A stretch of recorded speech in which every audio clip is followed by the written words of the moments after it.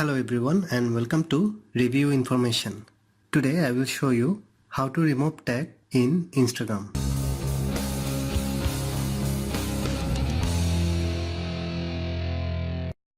Go to the Instagram app from your apps list. Go to the profile icon from the bottom right corner.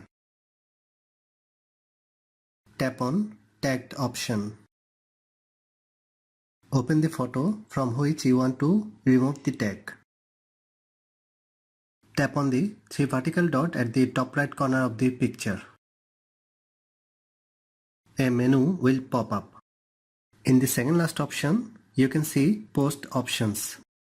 Tap on this. Again, another list will appear from which tap on Remove Tag. A confirmation message will pop up.